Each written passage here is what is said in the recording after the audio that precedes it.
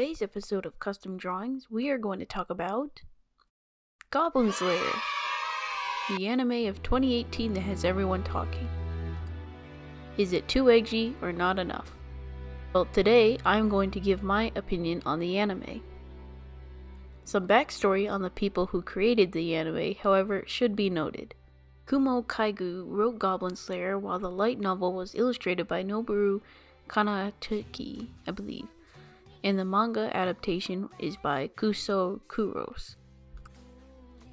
From the anime standpoint, all we know is that a man who goes by the name of Goblin Slayer and does everything he can to slay every goblin he sees in a twisted fixation of hatred that he has for them based on past trauma.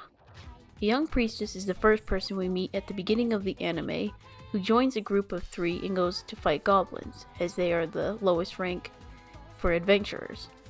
Things go for a bad turn and her team does not make it, as they get attacked by a group of goblins. That being said, the first episode has many people liking the show for such brutality, while others think that it's too much.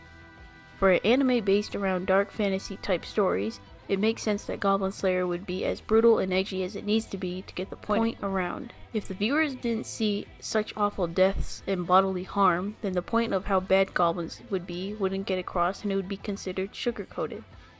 The show shows development of Goblin Slayer and his relationships with his new group, or companions, as he sees himself in a new light that he can slay more goblins with a team compared to just by himself.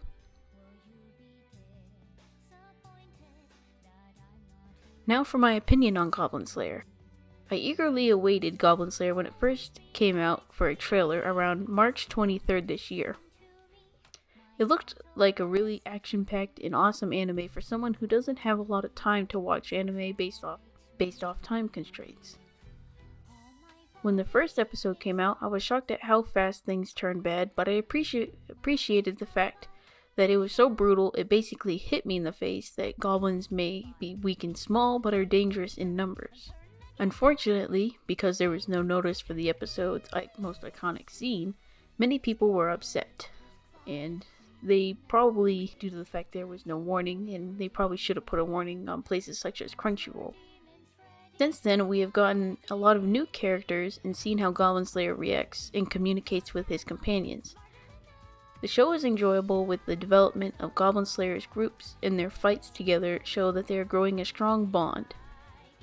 Goblin Slayer isn't superhuman because he still gets badly injured from goblin battles, but he has his team help him and fix him up.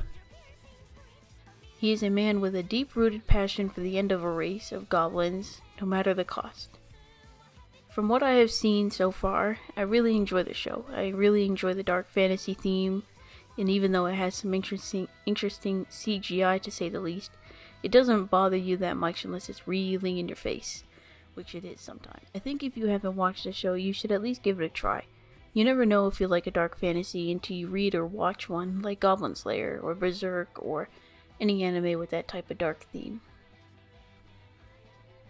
What do you think of the anime? Leave a like and comment below on what you'd like to see next. Until next time.